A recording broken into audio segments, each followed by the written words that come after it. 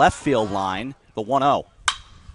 Lifted to center and deep. This is a long run and in the air. Sliding try by Macaron. It bounces. O'Malley plays it. The throw to second is not in time. Sliding in safely is Levasseur with a double. Now Kane Curtin, the right fielder, a right-handed batter. Barston takes a look at the runner off first. Brings it home, the runner goes. It's low, throwing from his knees. DeMeglio makes a strong throw, but in safely is Zach Smith with a stolen base. No score. Lifted to center.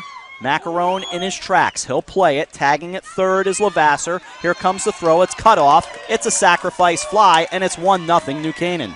But this looks like a very expansive outfield. 2-1 is lined to short and sliding. Now dropping it is a bait on to first. The throw not in time. It also hits the runner as he comes down the line.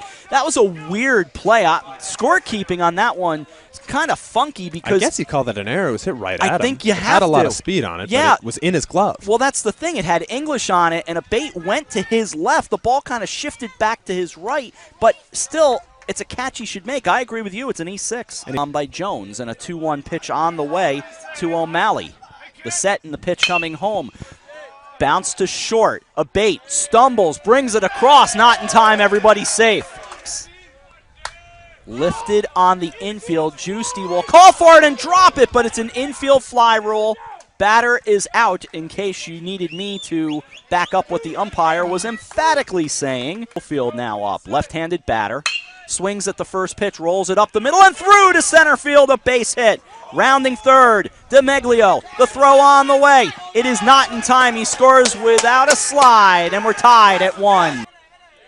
With room in left center field, he swings and drives it to left center field. It's a long run for Reynolds, still running, and it's over his head. Bounces near the wall. On his way to second with a double. Connor Davey, 1 on and 1 out. But we go by the numbers.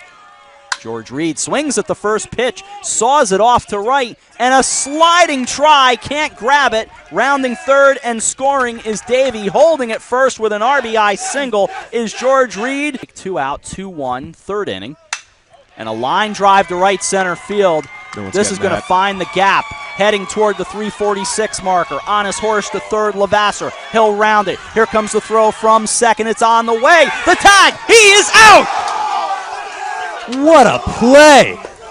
Wow. What an outstanding play by Mike O'Malley to grab it, unleash a cannon to the plate, and DeMeglio tagged him as he was coming in. Great play. We stay at 2-1 after 3 innings. We take it to the 4th. We're back on HANradio.com. And was caught stealing in the second, swings at the first pitch, lines it to first, grabbed by Jones, and the throw to first, not in time. Jones had it, then dropped it. The throw to first as Giusti covered. It's an E3 and safe at first is Schofield. That's the 3rd error against the Rams. Looked like Giusti might have been there. The umpire was pointing at something. Not sure if he stepped off the bag or if he dropped the ball or something.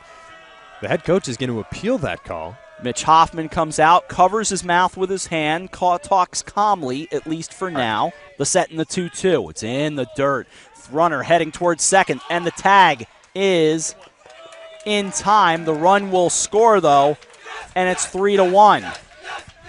Schofield is 1 for 2. He's been on base twice. He also scored a run. Shows bunt, and it's a wild pitch. Actually, no, it hit him in the foot. Yep, got him in the foot. Down to first. Bounced Right off. Straight out of that inning. 2 balls, no strikes. Here it comes. Shows bunt, does bunt. Back to the mound. Taking a look is Giusti, and he's going to hold it. Everybody's safe. You know, with no outs, I don't think Giusti was quite prepared to take a risk like that. I've mentioned earlier, there is an absolute ton of space between the right field foul line and the right field fence.